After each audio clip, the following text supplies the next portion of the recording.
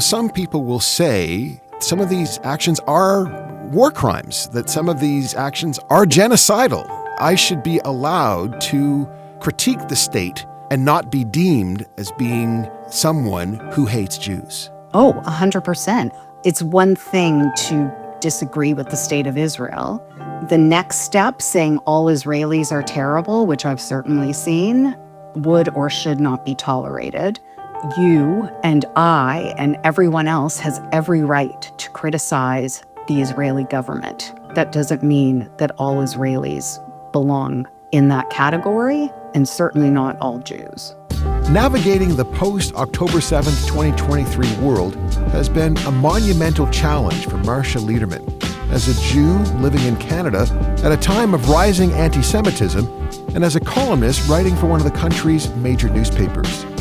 She's had to reconcile her love for Israel with her disdain for its current leadership, and her horror at Israel's cataclysmic destruction of Gaza and the killing of tens of thousands of Palestinians in what several human rights organizations are calling an ongoing genocide. I'm Adrian Harewood, and this is In Bed with the Elephant. Marsha Lederman is an award-winning columnist for the Globe and Mail. Her first book, Kiss the Red Stairs, The Holocaust Once Removed, was a national bestseller. Her latest book is called October 7th, Searching for the Humanitarian Middle. Marsha Lederman, welcome to In Bed with the Elephant. Thanks for having me. I appreciate it.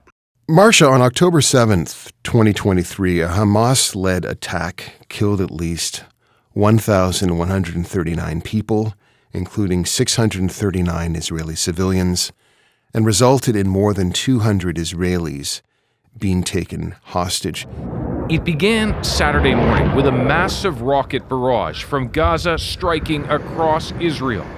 While targets were hit, the likely intent here was to keep Israelis indoors, to distract from the invasion.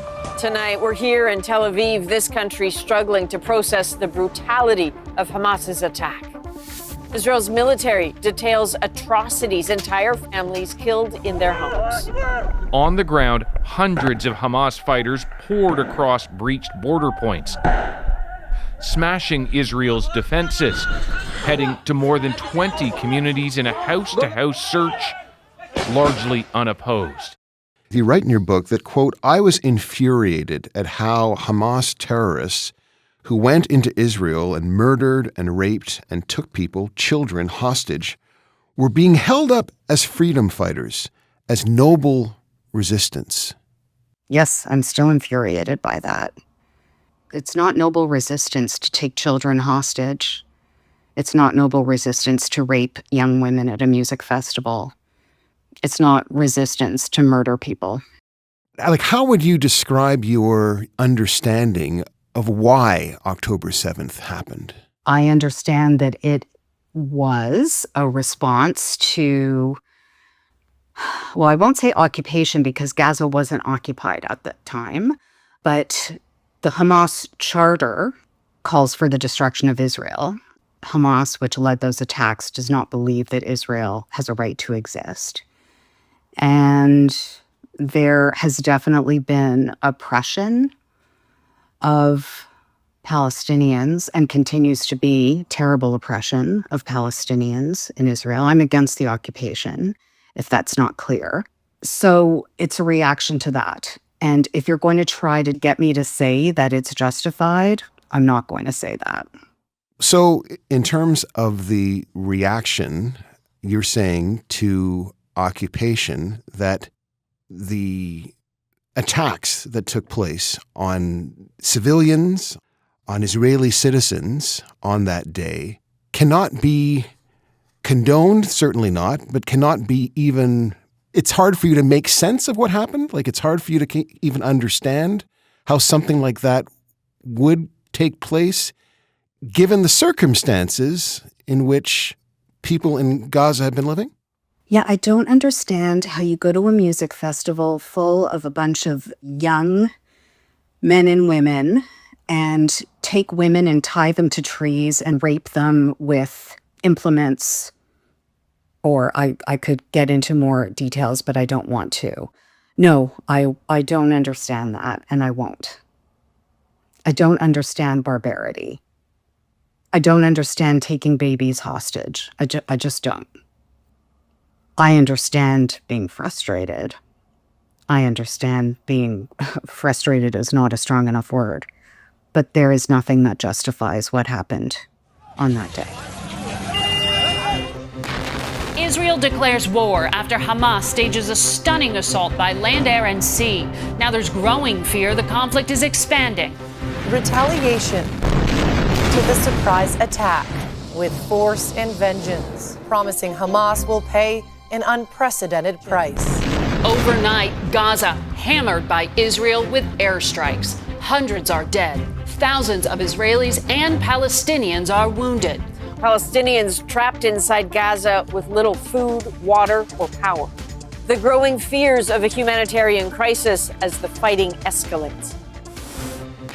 Israel responded to October 7th with ferocious attacks of its own on the Gaza Strip. We know that since October 7th, some 70,000 Palestinians have been killed.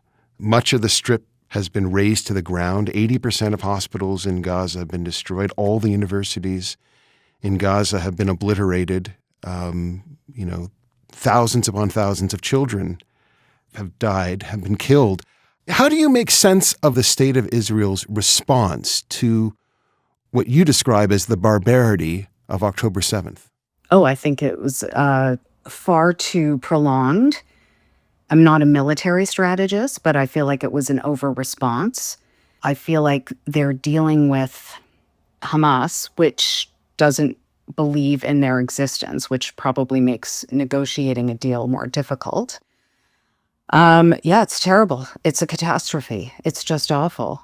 But it's interesting. I just wanted to ask you, so when you started this interview, the numbers you used regarding the Israeli victims of October 7th, you talked about civilians as opposed to the total number of people who were murdered on that day.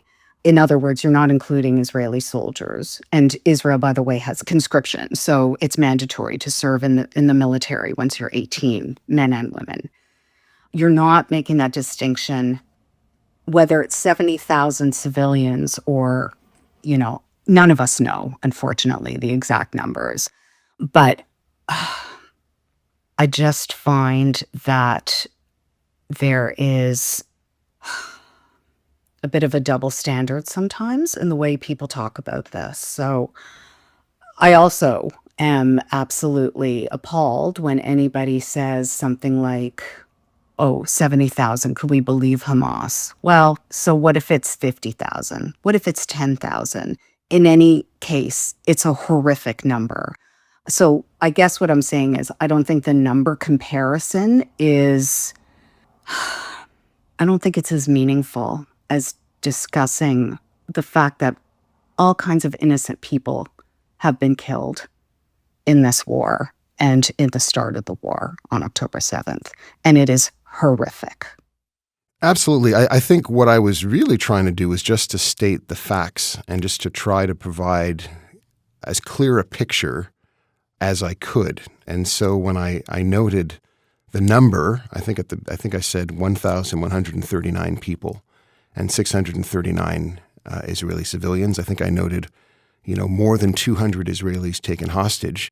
I think that given how sensitive this topic is and how difficult a conversation this is to have, it's important to set out the facts and to be clear about that.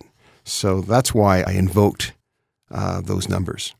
Yeah, and it's also ridiculous that that's what I'm even saying to you. It's ridiculous that I'm quibbling about those numbers.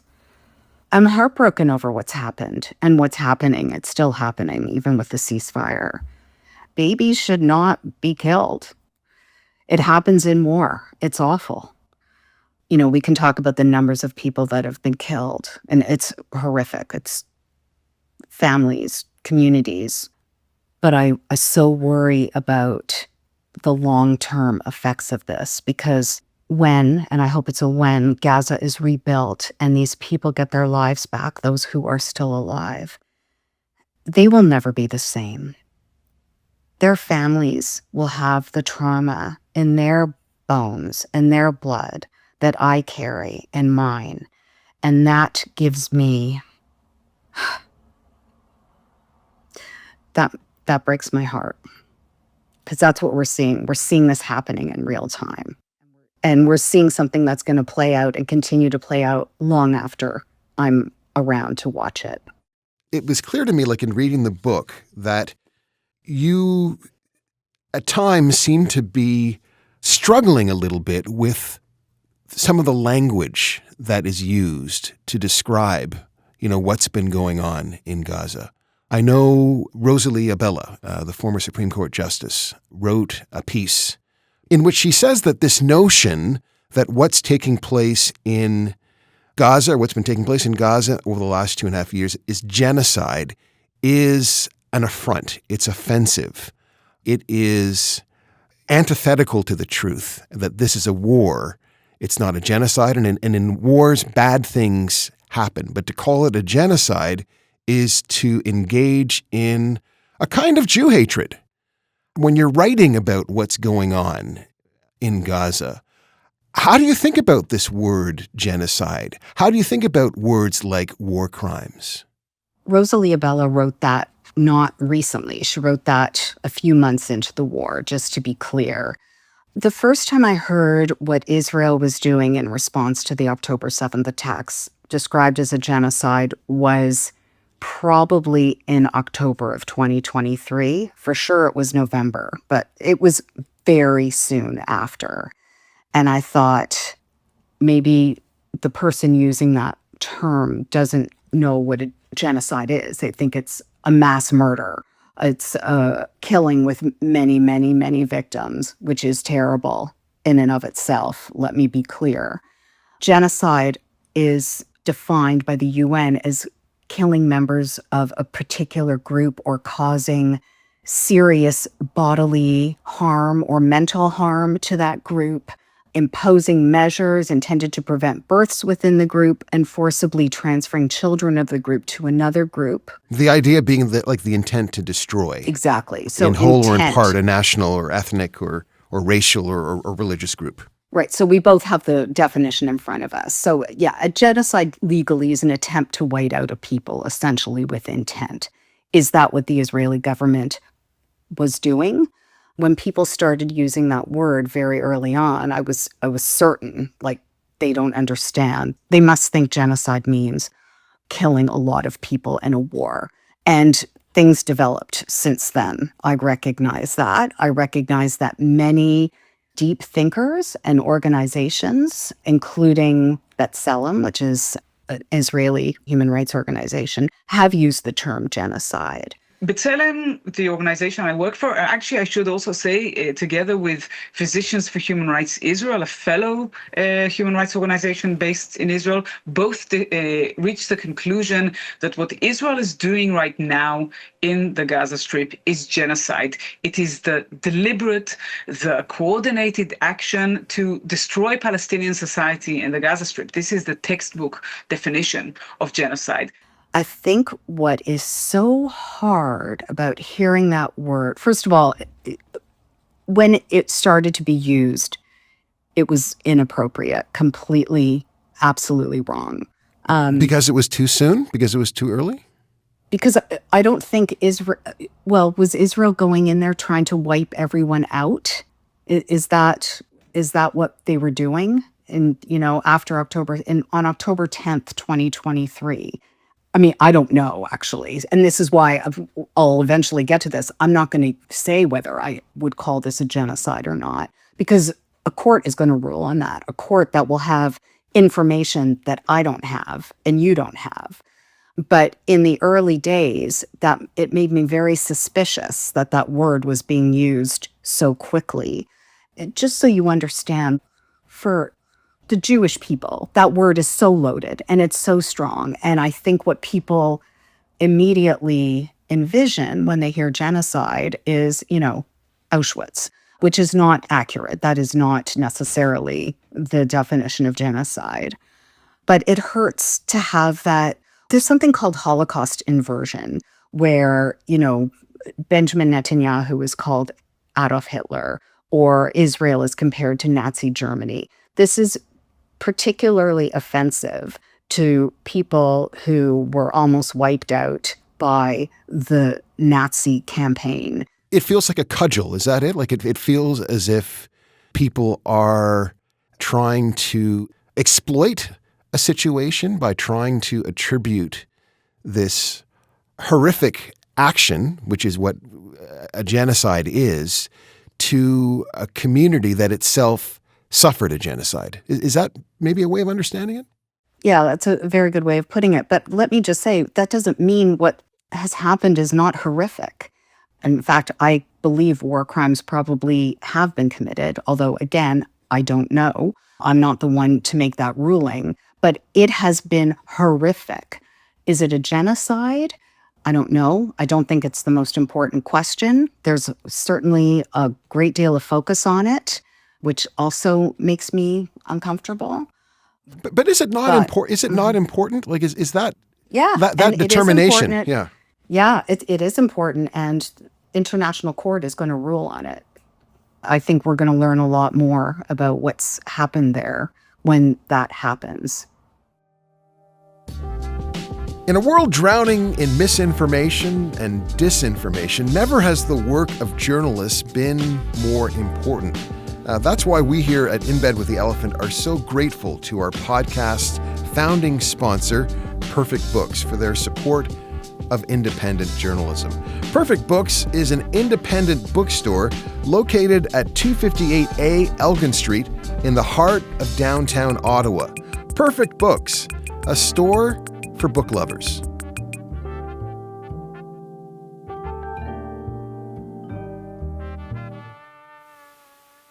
You know, some people will say, I believe that some of the actions of the state of Israel are anti-human. Some of these actions are war crimes, that some of these actions are genocidal in their intent. And because I'm criticizing the state of Israel doesn't mean that I'm anti-Semitic. I should be allowed to critique the state and not be deemed as being someone who hates Jews. Oh, 100%. I also criticize the state of Israel, and I certainly don't hate Jews. It's really important to make that distinction. I think it really belittles the actual anti-Semitism that's happening when, let's say, there's a peaceful pro-Palestinian protest somewhere and someone calls them Hamas lovers. That's just not on. It's one thing to disagree with the state of Israel. The next step, saying all Israelis are terrible, which I've certainly seen, again, would or should not be tolerated. And certainly to take that beyond Israelis and to say, you're a genocider. That's something that people have said to me. How am I a genocider? I'm absolutely not. So there is a conflation for sure. It's a problem. And absolutely, you and I and everyone else has every right to criticize the Israeli government. That doesn't mean that all Israelis belong in that category, and certainly not all Jews. And yet you do think that some of these protests that have been going on in this country, protests that are demonstrating anger towards the actions of the Israeli government, but some of these protests in this country have gone too far and have in fact become anti-Semitic. Why are people protesting at Bathurst and Shepherd, where there's like a supermarket and a bunch of old Jewish people live there? Why are you not at the Israeli consulate? That's why. It's that sort of thing. And these are very loud, intimidating protests at times. Why are you outside a Jewish old folks' home in Ottawa? Why are you protesting there? Protest is an absolute cornerstone of our democracy, and I encourage it. A protest that goes to people's neighborhoods who have nothing to do with what's going on, that's intimidation. It's very evident that this is not an easy subject for you to talk about. This was very personal. The personal effect on me was really deep because of the intergenerational trauma that I suffer from, as do many people like me. In my case, my parents were Holocaust survivors, so I have that trauma in my body and in my life experience. But I wrote a whole book about intergenerational trauma, my first book, Kiss the Red Stairs, yet I had never felt its impact the way I started to on October 7th, 2023. It also coincided with a change in my career that had happened not all that long before the attacks, and that was that I became a columnist, an opinion columnist, someone who was writing about personal observations and opinions and sometimes experiences. So I was suddenly in a position to write about this in a very personal way.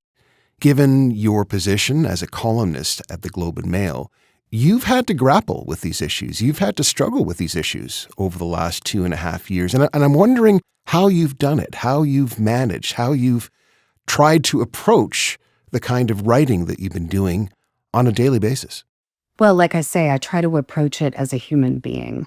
I find that so much of the discourse around this war and this issue and what in Israel they call the situation is so black and white, and people are, tweeting across cyberspace, to use an old term, without having a nuanced dialogue about it. And I've tried to bring nuance, if that's possible, into this, to say that, yes, it is horrific what is happening in Gaza. That does not negate what happened on October 7th, which was also horrific. I'm someone who believes in the state of Israel's right to exist, which makes me a Zionist, which I know is a very dirty word. I also consider myself to be pro-Palestinian. And there are some people on both quote-unquote sides who find that to be impossible, but it's not. There are people suffering. And that's how I look at it, from the humanitarian, human aspect of it. And in fact, in the book, you talk about the fact that you are an ardent critic of Benjamin Netanyahu, that you feel that he has poisoned the well. Oh, yeah. And listen, I've received a lot of criticism for what I've written and what I continue to write. And a lot of that criticism has come from the Jewish community, people who feel I have been too hard on Israel or too hard on Netanyahu. I've been called a traitor and much worse. I abhor Netanyahu. I abhor the politicians that he is in a coalition with. What do you abhor about him? Or rather, what do you abhor about his policies? They're anti-Palestinian. They're pro-war. They're hawkish. Many people have died because of this war. How could you not abhor that? You also feel that he's had an effect on Jewish life in this country, that the actions that his government has taken in Gaza are having a material effect on the Jewish diaspora. Yes, although the way that's put, it suggests that he is responsible for anti-Semitism. I think this war has emboldened people who perhaps might have lent that way to begin with. The anti-Semitism that has happened during this 2.25 year period has been shocking. And of course, it's related to Gaza. That doesn't make it okay. Jews in Canada have every right to live free of discrimination, just like any other minority group. And we are a tiny minority, and yet are bearing the brunt of a huge increase in hate crimes and incidents that involve hatred. Well, I'm not going to blame Netanyahu for that. I blame him for the war, which is much worse. But the anti-Semitism that has come about as a result of this has been horrific. Tonight, a shocking, unprovoked attack Ottawa police now call a hate crime. A Jewish woman in her 70s stabbed by a stranger while she was getting groceries. It's gut-wrenching. The growing concern about the rise in anti-Semitic crimes. Can you talk about that, Marsha? Like, how have you seen, even in your own life, anti-Semitism coming to the fore? Like, how is anti-Semitism manifesting itself on a daily basis in your life and in the lives of your loved ones? My son is in his final year of high school right now, and we're looking at universities. And as we were looking at university possibilities, one of the things that I had to take into account in making these choices was how much anti-Semitism has that campus dealt with. How safe will he feel? Will he feel intimidated on this campus? And I never, in my wildest nightmares, would have thought that would have been a factor in choosing a university in 2025 and 2026.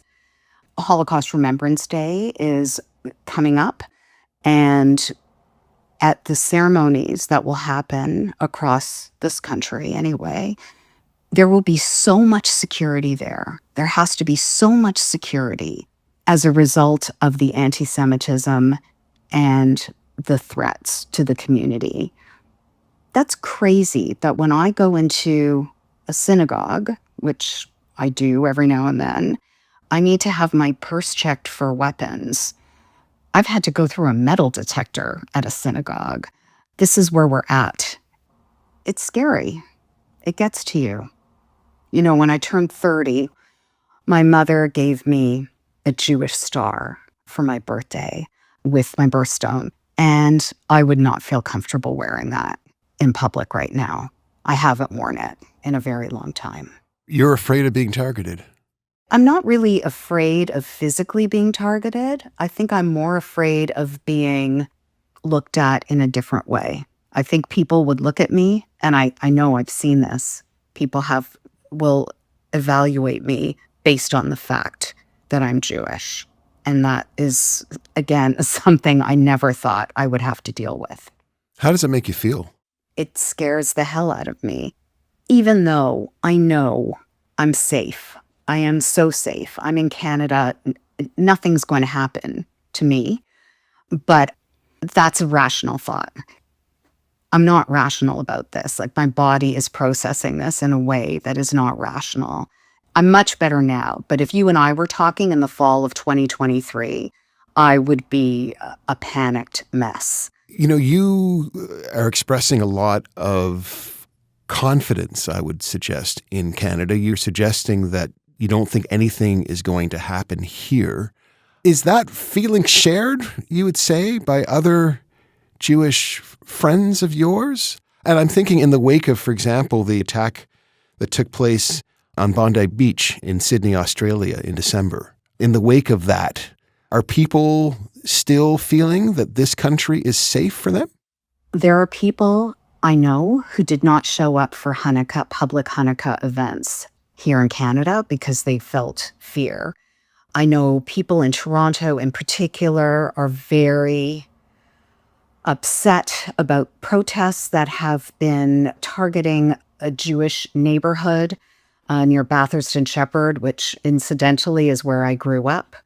They're very frustrated, and again, I'm not sure that's a strong enough word, with what they feel is a lack of response by governments and police. I know people who are looking at leaving the country. I know people who are leaving or have left the country. They're going to the US because they feel Canada is not a safe place to raise Jewish children. I don't believe that myself, but I'm not going to negate how other people feel. What kind of future do you want to see for Jewish life in this country? What does that Jewish future in Canada look like for you? I think it looks very much like the past, where I didn't have to think about the possibility that I could be targeted for wearing this necklace that my mother gave me if I decide to wear it to Shoppers Drug Mart. That's what I would like, to return to a time when we are not judging people based on I would like racism to go away, Adrian. That's what I would really like. But for me, I would like to go back to that existence that I had before. Maybe it was naive. I don't know. I felt very confident and comfortable and very at home in Canada, and I still do. I'd like to be able to wear that necklace. Marsha Lederman, thanks so much for joining us. Thanks for having me.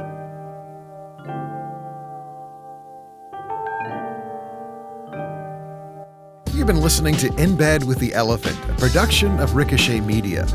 Let us know what you think about our show by leaving a review on Apple Podcasts. You can follow the podcast on Apple, Spotify, Amazon, iHeartRadio, YouTube, or wherever you find your podcasts. The producer, editor, and sound engineer of In Bed with the Elephant is Dave Sarrazin. Executive producers, Ethan Cox and Andrea Houston.